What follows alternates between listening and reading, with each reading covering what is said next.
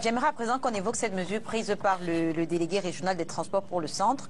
Une mesure qui interdit, pour faire court, les vieux taxis durant la CAN pour améliorer les services qui seront offerts aux étrangers durant cette période.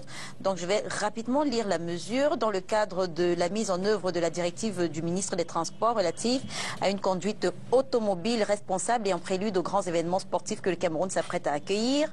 Le délégué régional des transports du centre invite les propriétaires et conducteurs de taxis en circulation dans la ville de Yaoundé à se conformer au respect des mesures ci-après, donc la réhabilitation des carrosseries défectueuses, l'adoption d'une couleur unique jaune sans fantaisie, l'amélioration du confort intérieur des taxis, la numérotation des portières avant de chaque taxi sur fond rond visible à distance, l'immatriculation obligatoire des taxis, la dotation d'un poste radio à chaque taxi, l'amélioration de l'état de propreté et la tenue vestimentaire des conducteurs. Un délai de 2 mois leur est accordé pour se conformer. Passé ce délai, les contrevenants s'exposent à des sanctions disciplinaires prévues par la réglementation en vigueur. Denis Kebo, que pensez-vous de cette mesure? Alors, là, j'apprends à travers ce communiqué.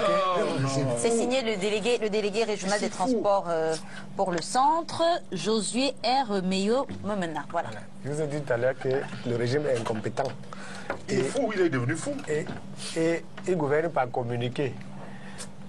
Alors, est-ce que les événements sportifs vont se dérouler seulement à Yaoundé? Non. C'est sur un ensemble de sites au Cameroun. Encore faudra qu'on joue à Yaoundé. Je viens. Encore faudra qu'on joue à Yaoundé. On n'a pas encore le stade pour le match. Il demande au taxi.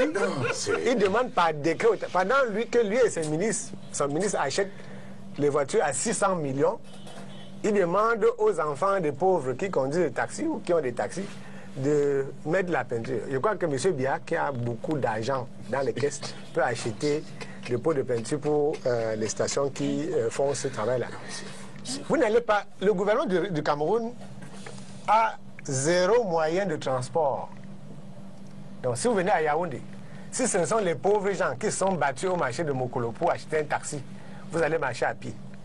Si vous êtes à Douala, en dehors de moyens mis à votre disposition par les Camerounais qui sortent des milieux pauvres, le gouvernement n'a rien prévu pour vous transporter. Sauf qu'il a quand même des fonctionnaires qui peuvent faire un communiqué pour dire que vous allez acheter des taxis neufs pour transporter des gens. Pour une compétition où ils ont reçu des milliards dans l'organisation. En la matière, je crois que ce n'est pas des choses qu'il faut... je suis d'accord avec mes qu'il y a quand même des Camerounais qui posent des actes pour tenir l'image de notre pays. Autant moi aussi, je ne suis pas d'accord. Parce que, on a déjà dit, nous tous, qu'il y a la différence entre le Cameroun, moi je suis du Cameroun, et on peut cracher sur le régime du président Biya. N'importe quel Camerounais sérieux, même les fous qui sont en route savent que c'est mauvais de penser du bien du régime Biya. Il ne faut même pas penser du bien de ce régime dans un rêve, parce que c'est un régime mauvais. C'est lui qui fait qu'on soit dans la situation chaotique. Et la situation est chaotique. Il ne suffit pas seulement, parce que quand j'entends Mika parler, il fait partie des gens qui sont contre le président Biya. Je ne dis pas à lui personnellement, les arguments qu'il donne sont contre le président Biya. Vous ne pouvez pas avoir un régime qui est à terre. Vous ne pouvez pas avoir un régime de rigole et de poubelle et venir dire que vous êtes de ce régime. Il faut peut-être cacher votre appartenance à ce régime en public.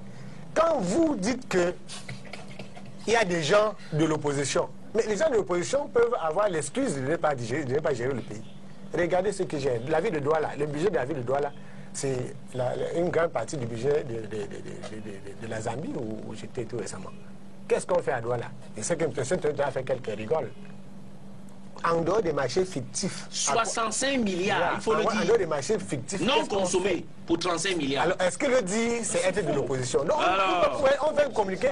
Donc, la communauté urbaine, par exemple, à Douala, peut prendre une partie de l'argent qui est logé dans les 13 comptes bancaires fictifs, parce qu'il y en a 16 de la communauté urbaine, pour répandre les taxis. Bien sûr. À Yaoundé, M.